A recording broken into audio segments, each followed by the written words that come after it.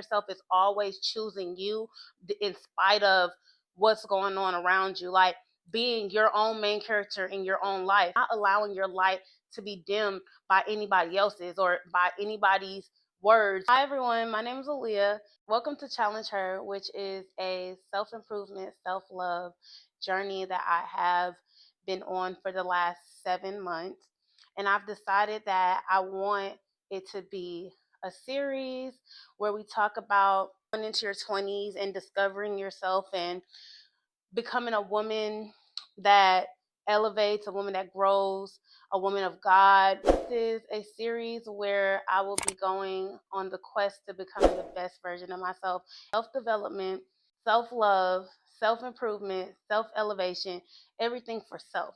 Like what makes you be a better woman, a better mom, a better sister, a better daughter? Like what would make you be the best version of you? And today's topic, we're talking about self-love, self-improvement, and the power of self-love and where it takes you. For a long time in a world of aesthetically pleasing things and, you know, luxury, it could be very challenging to understand where you fit when you don't fit the status quo or you don't fit into that lifestyle. Being a normal girl in your 20s, it's not easy for you to already start off with that luxury lifestyle and that aesthetic pleasing lifestyle. You know, I feel like in your 20s, growing pains from career, from spiritual, realizing where you fit in this world and how you should show up in this world. And I feel like for me, a long time, like I've battled with self-love, whether that's from relationships, maybe I'll do a story time one day for you guys, but whether that's with relationships, friendships, you know, I struggled with loving myself and struggled with understanding who I was. You know what I'm saying? Like I think in your 20s, it's like when you're finding out who you are, finding out what you really like. I think it's really important for women, young girls, to really realize that they need to go on this quest to love themselves. Loving yourself or having self-love is not just journaling and and taking yourself out for aesthetically pleasing dinners and things like that. Like loving yourself is really sitting with yourself and understanding who you are and being okay to be in your own flesh. For instance, I just moved to Houston and I don't think before I moved to Houston, I don't think I've ever been this comfortable with myself. I've always, you know, I have sisters, I have a brother, I have my mom. Like I've always been around people. I have a pretty big family. I've always been around people.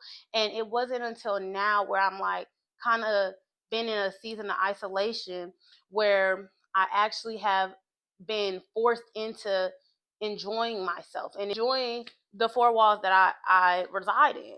Be raw. I want to be honest with you guys because it's not an easy task. Some days you might feel like you're on cloud nine, and then there might be other days you feel the lowest of the low.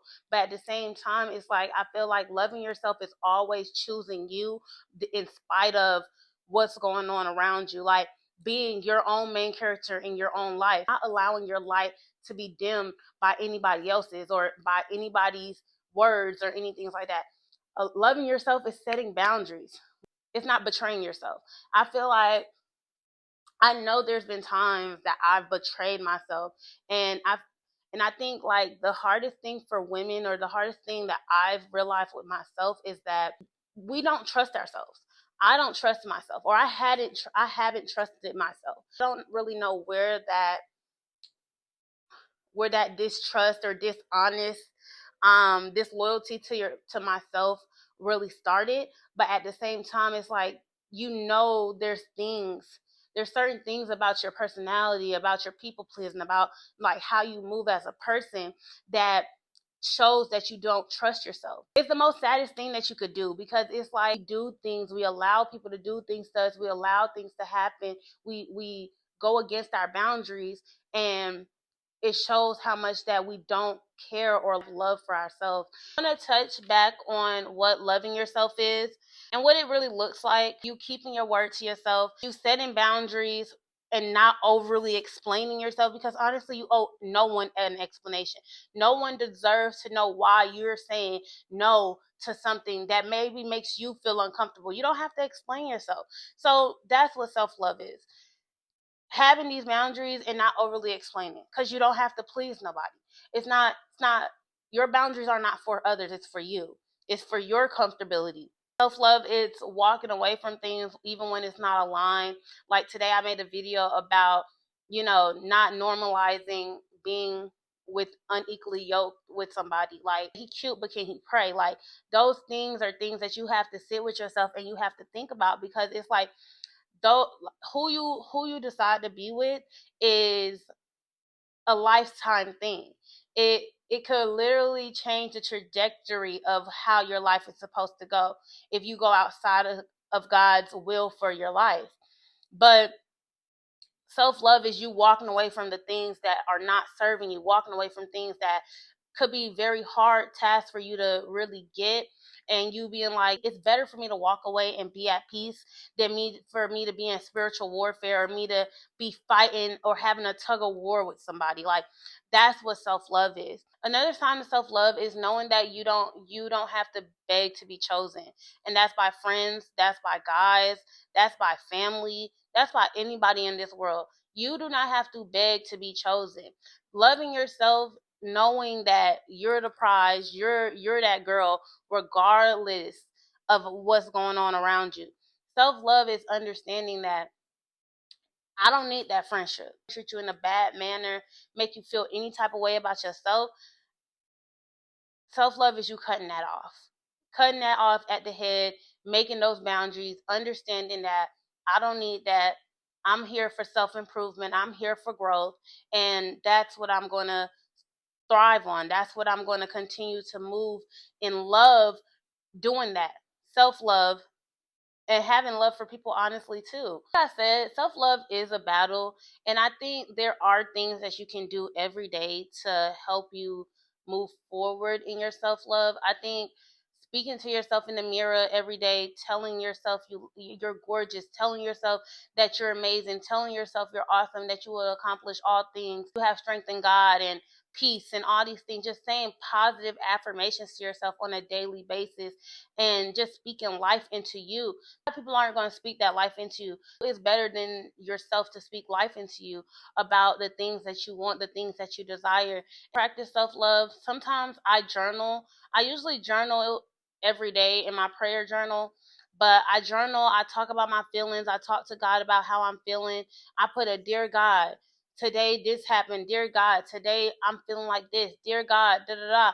And I talk, really write through how I'm feeling in the moment or how my day is going, because sometimes I feel like the first person we need to go to is God when we feel convicted or we feel conflicted about things that are happening or how we're feeling, instead of going to other people for their opinions, because sometimes maybe they have good intentions, but sometimes their opinions or their advice isn't the best advice.